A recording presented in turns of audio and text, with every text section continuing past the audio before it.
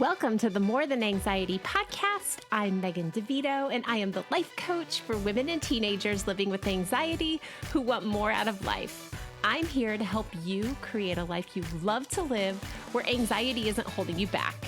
Get ready for a lighthearted approach to managing anxiety through actionable steps, a lot of truth talk, and inspiration to take action so you walk away feeling confident in your ability to live a life that sets your heart on fire. Let's do this. Hello. This is episode 17 of the More Than Anxiety podcast. I'm Megan Devito, and I want to welcome you here today for this very first episode to air in 2023. I am recording this the week before Christmas and really looking ahead to all of the fun and super scary things that I know that are going to come up for me in the new year. Maybe that sounds crazy, but I'm kind of excited to freak myself out because there's always something fresh and open about having an entire calendar year ahead of me as this blank slate. And I've been putting a lot of thought into what I want to create and what I want to challenge myself to do really since November, because I've never, ever been one to do resolutions. Like ever. I don't like them. But I do love the idea of newness and of opportunity. And I feel like we're here. If you've created resolutions for 2023, I would love to hear what you have on your radar. And you can message me on social media, on Instagram or on Facebook, and tell me about it. I want to hear what you're up to. And if you're more like me, where it's more of a broad plan, like without the pressure of calling it a resolution, I'm here for that too. Either way, I want to be sure that you are ready to tackle whatever comes your way today or this week and this year. And I'm going to ask you to entertain a concept that might be completely off the charts bananas today. So are you ready for this? What if anxiety is your ultimate launchpad? Let's talk about this. So if you're like me and anxiety has been a theme of your life for a very, very long time, your immediate thought might be anxiety is bad. I don't want to feel it at all, and I need to make it stop, and I want to start by offering you a new thought. So give this a try. Just for a minute, try it on and see what comes up for you. What if anxiety was a good thing? Think about that. What if anxiety was good? And this might sound completely insane right now, and I get it. Me from the past would tell the me talking about this idea right now just to shut up because I have no idea what I'm saying. But what if all the anxious feelings you experience were actually good? I'm not saying that anxiety feels good, but the experience as a whole is what I'm getting at. And here's why I'm asking. The first reason is anxiety is 100% normal, and everyone in the world feels it. The entire purpose of anxiety is to keep you safe and to make you take some sort of action to make sure that you're not going to be shunned from your community or excommunicated or die or whatever it is. So it actually is good. It's helping you. So what if we peel off the past experiences with feeling mildly anxious all the way up to full-blown panic attacks and look at what happens inside your body with this fresh perspective? Because the problem is truly the way you think about the symptoms of anxiety and the things that you tell yourself that they might mean. Because you feel rotten and you can't think clearly, or you think something is horribly wrong, so you scramble to fix a problem that doesn't exist.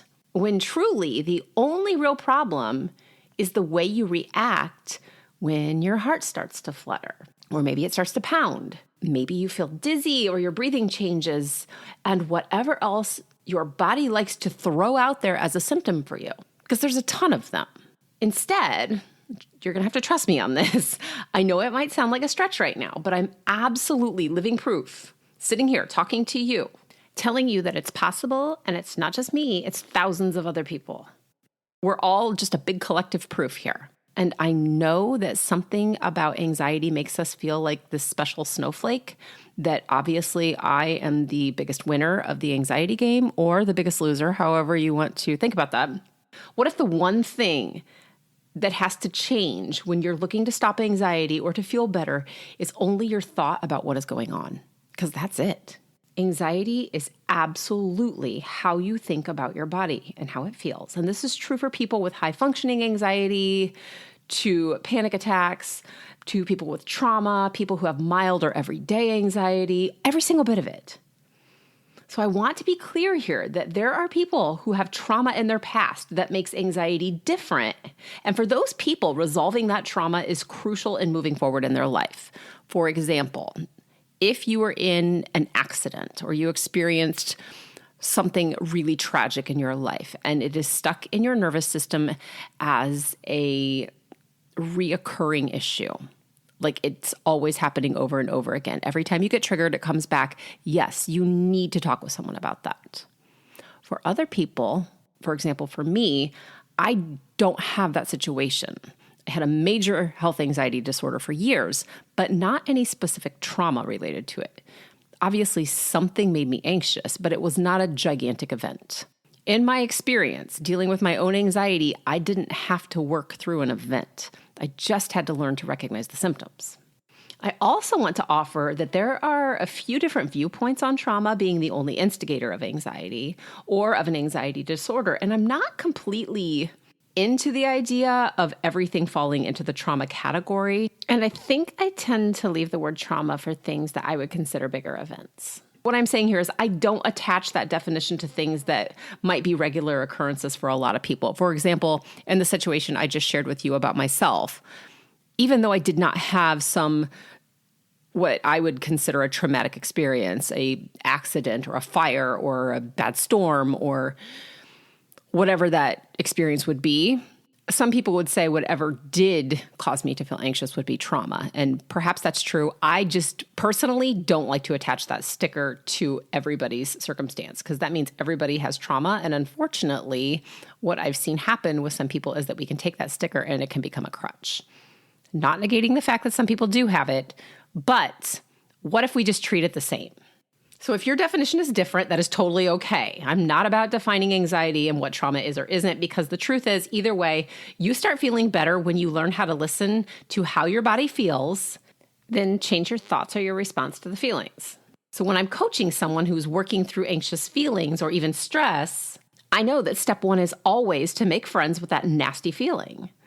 You have to start by being curious about how anxiety feels inside of your body from the moment your brain decides to pump you full of hormones, because that's really what's going on.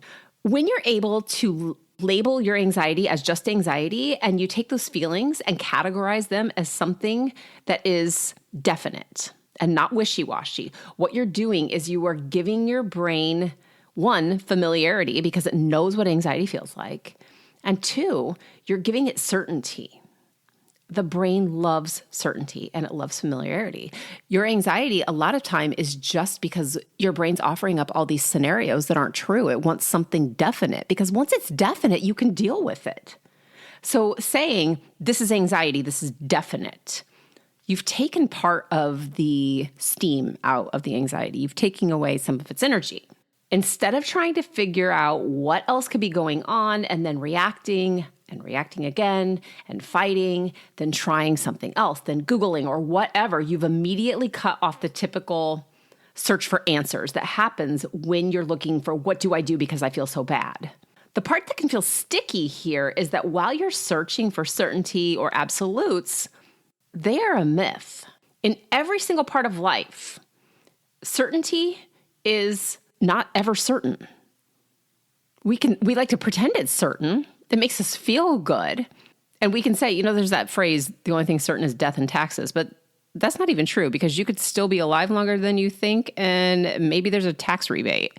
Nothing is certain or guaranteed, but man, does our brain like it. When you say this is anxiety for me, this is how I feel, and it becomes your absolute truth, then you get to be in the moment and make a decision.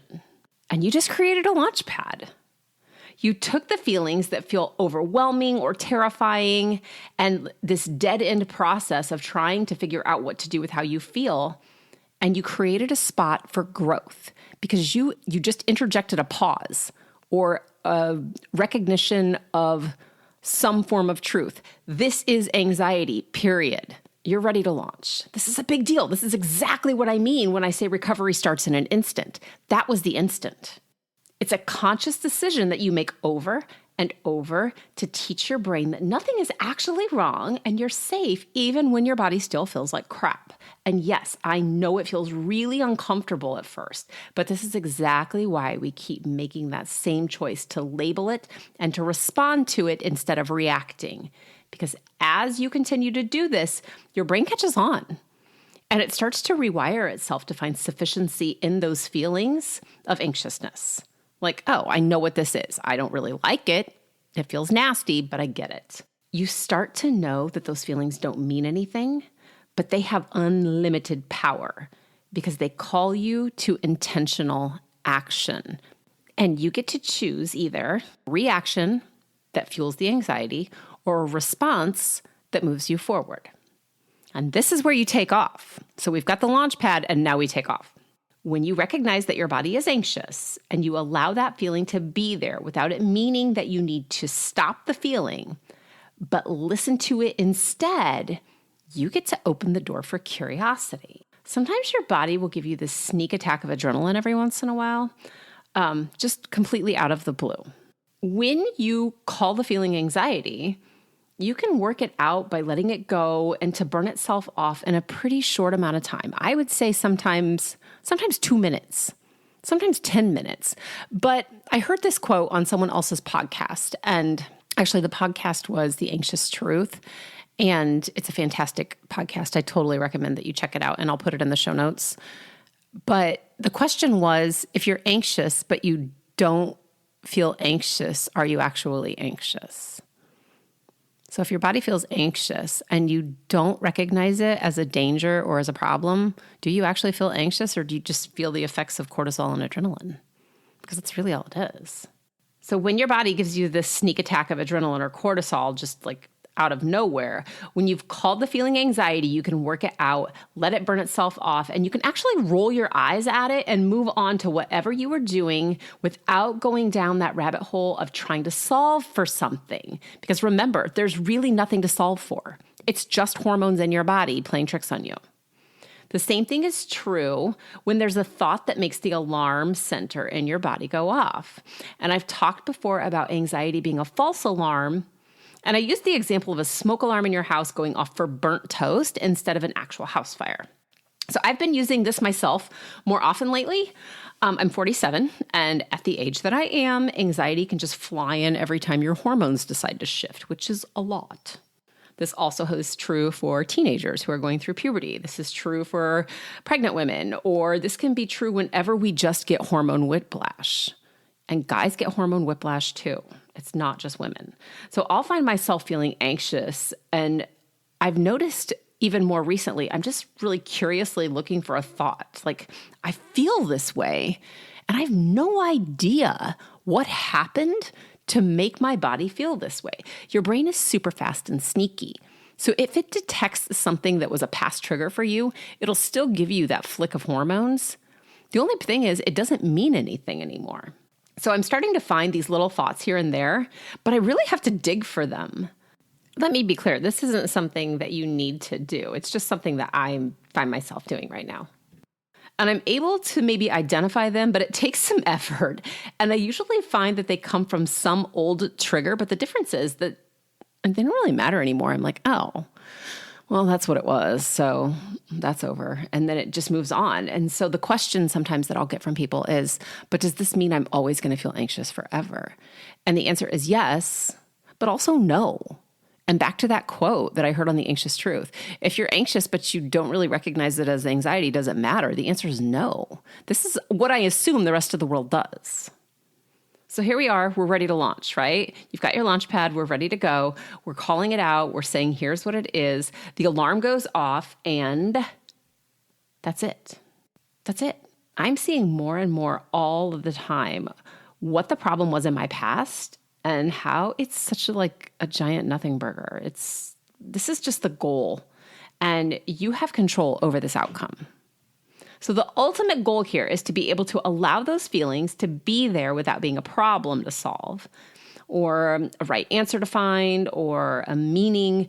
But to do that, you have to go back to that idea of first Call it out for being only anxiety so you can respond in a way that serves you and creates momentum and change instead of reacting, which keeps you safe in the moment, but really, really stuck for the long haul. To do this, you have to intentionally choose differently than what you want to do while allowing your body to feel sometimes really intensely uncomfortable, especially when you're just starting this. And that is a rock solid truth that can become a powerful motivator when you think of anxiety as an alarm reminding you to move forward instead of staying where you are.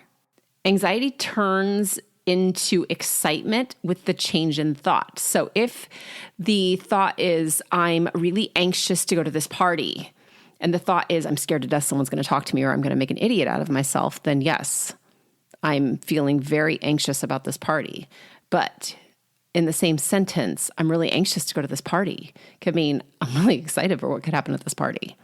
It's all about how you feel. It's about how you interpret how you feel. And it's all about what your brain says. So when you start thinking of the alarm as a reminder to do something to scare yourself on purpose, it gets to be a game. The next time you feel your body giving you all of your anxious signals, just stop. Because there is so much power in this moment of pause, and it creates the space for you to choose. This requires you to check into the discomfort and allow it, instead of doing the usual reactions like pushing it away or trying to reason it away, to do nothing. So just like the fire alarm, anxiety in your body is telling you something needs to be addressed. Maybe what needs to be addressed is your stress level. Maybe it's your thoughts about what you should or shouldn't do in a situation. Maybe what you fear other people will think of you as the problem. It doesn't matter because it's the same response for every situation. Whatever the fear is, the anxious thought, you get to respond in the exact same way. So for example, if you simply just look at the fearful thoughts that you have, whether it's about something you want to do or maybe even your fear of being anxious, if you react by avoiding the thing that you want to do, or you continue to pay attention to the fear of anxiety, you're going to stay locked in that anxious cycle. So you might miss the party, or you might push yourself into an actual panic attack. But when you stop to consider what you think you need to fix, or control, or do, you often find that the answer is nothing. When there's nothing to do, there's nothing to do. Except just understand that life is uncomfortable half the time and amazing the other half of the time. And to really appreciate the amazing part, you have to be willing to experience the not so amazing parts too. This is a process of feeling and of listening to your inner dialogue, what you're saying to yourself, what your scary stories are, and just seeing all the places where these sneaky little thoughts or habits sneak into your life and how they influence what you do and how you feel. And I see it all over the place in my own life. Everything from my thoughts about money, spending money, that was a big one that I talked about with my coach, to parenting, to my relationship to my friends, my relationship with my family. And once you know the feeling and you can address the thoughts, everything begins to shift. Here's the truth, though. You have to stop pushing back and resisting uncomfortable feelings because they're there for everyone. You have to let them be there. Even the most chill person on the planet feels anxious from time to time. It's true. Even the most zenned out hippie guru, meditating, levitating person still feels anxious sometimes. It's only your thoughts about how you feel that create the problem. One way that you can really start to get familiar and comfortable with this is through breath.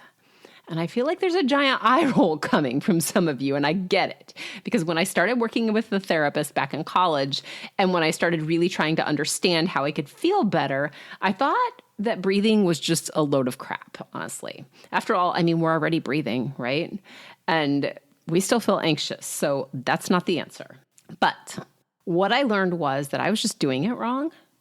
And there's actually a really beneficial way to breathe and a not so beneficial way to breathe. So the first thought that helped me was that I could actually change my breathing because I didn't realize that was a thing. And this is when I learned the power of the exhale and really pushing the air out of my lungs as much as I possibly could, and a little bit more and a little bit more. And don't worry, you can't actually push all the air out of your body. It saves some up. It's very smart. Anxious people tend to be chest breathers, and exhaling forces you to move your breath to the belly. When you breathe from your belly, the air goes in more deeply and you reset your nervous system. That's a really great grounding technique that I learned, and I thought it was garbage when I first heard it. I'm just going to offer that to you as well if your thought has been breathing is stupid. I was there. I really was. Another practice you can adopt is this, it's called Tonglen, and this is a Buddhist practice of breathing that focuses your attention on embracing negative feelings. Watch out here. There is a Buddhist practice that really wants you to embrace the suck. Seriously. Here's how this works. Are you ready? What you're doing is you're intentionally allowing the discomfort or the anxiousness to show up so that you can learn to manage the feelings and hold them without falling apart. Imagine them being on a little plate on your hand or like on a serving tray if you were a waiter or waitress. You embrace the suck and start to recognize that you're part of the human experience. And we all go through periods where things just feel bad. And when you do that, you realize, one, again, you're not the special snowflake that you think you are. And two, you learn that you can feel anxious and not crumble.